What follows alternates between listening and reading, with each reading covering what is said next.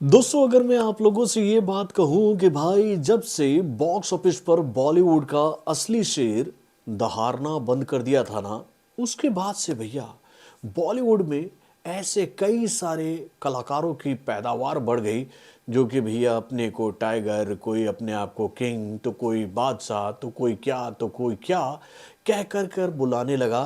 क्योंकि भैया उन लोगों को बॉक्स ऑफिस पर बहुत ही सुविधा से खेलने का मौका मिलने लगा था।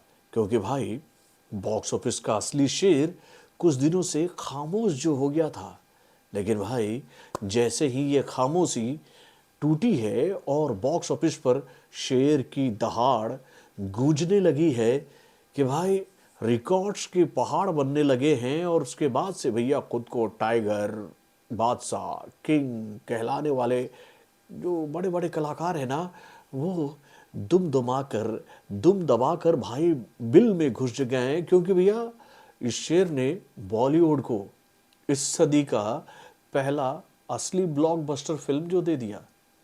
आप समझ ही गए होंगे मैं किसकी बात कर रहा हूँ। तो जी हाँ, मैं बात कर रहा हूँ इंडियन फिल्म इंडस्ट्री के रियल ही मैन, यानी कि भाई स्वर्गवासी धर्म पाजी के सुपुत्र बोले तो भैया 2.5 किलो के हाथ के असली मालिक सनी पाजी की, जो कि भाई इन दिनों अपनी आने वाली फिल्मों के माध्यम से ऐसे ऐसे रिकॉर्ड बना रहे हैं जिसको देखकर आप भी ये बात कहोगे कि यार ये कारनामा तो केवल और केवल एक शेर ही कर सकता है। और वो शेर कोई और नहीं बल्कि अपना 2.5 किलो का हाथ का हथौड़ा बोले तो भाई सनी पाजी हैं। तो दोस्तों सनी पाजी की आने वाली मच अवेटेड फिल्म यानी कि भाई इक्का को लेकर एक ऐसी खबर हम लोगों के सामने आई है जिसको सुनकर आप भी कहोगे कि भाई सनी पाजी के लिए ये तो दाएं बाएं हाथ का खेल था। यानी कि भैया चुटकियों में ऐसे रिकॉर्ड सनी पाजी बना सकते थे अगर वो सिनेमा घरों में लगातार अपनी प्रेजेंस बनाए रखते। तो भाई इक्का का काम शुरू हो चुका है। इस फिल्म का डायरेक्शन भाई सिद्धार्थ पी मल्होत्रा जो हैं वो बहुत ही ज़बरदस्त तरीके से कर रहे हैं। और भैया इस फिल्म में सनी पाजी का मुकाबला होने वाला है मेरे भाई डकैत रहमान बोले या फिर कहे भाई औरंगजेब, यानी कि भैया अक्षय खन्ना के साथ होने वाला है। इस बात की जानकारी तो आप लोग को मिल ही चुकी है।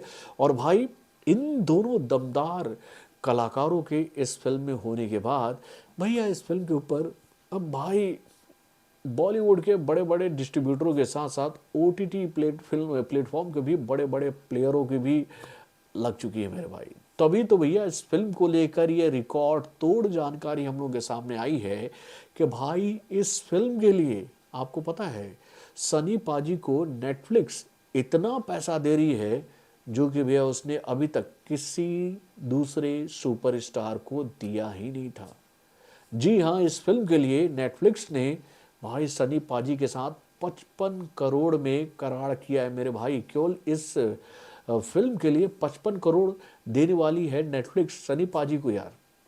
अभी तक तो हम लोग यही बात सुनते थे ना कि भैया इस फिल्म के लिए किसी कलाकार को 100 करोड़ मिला है, 200 करोड़ मिला है। तो भाई वो सारी चीज़ों को इंक्लूड करके होता था, यानी कि भैया सिल्वर स्क्रीन भी होता था, ओटीटी प्लेटफॉर्म भी होता था, डिजिटल प्लेटफॉर्म भी होता था। लेकिन भैया अकेले सनी पाजी को अगर ओटीटी प्लेटफॉर्म से मिलता है 55 करोड़, तो आप समझ लो कि भैया सनी पाजी अब कितने बड़े कलाकार बनकर एक बार फिर से उभरे हैं मेरे भाई।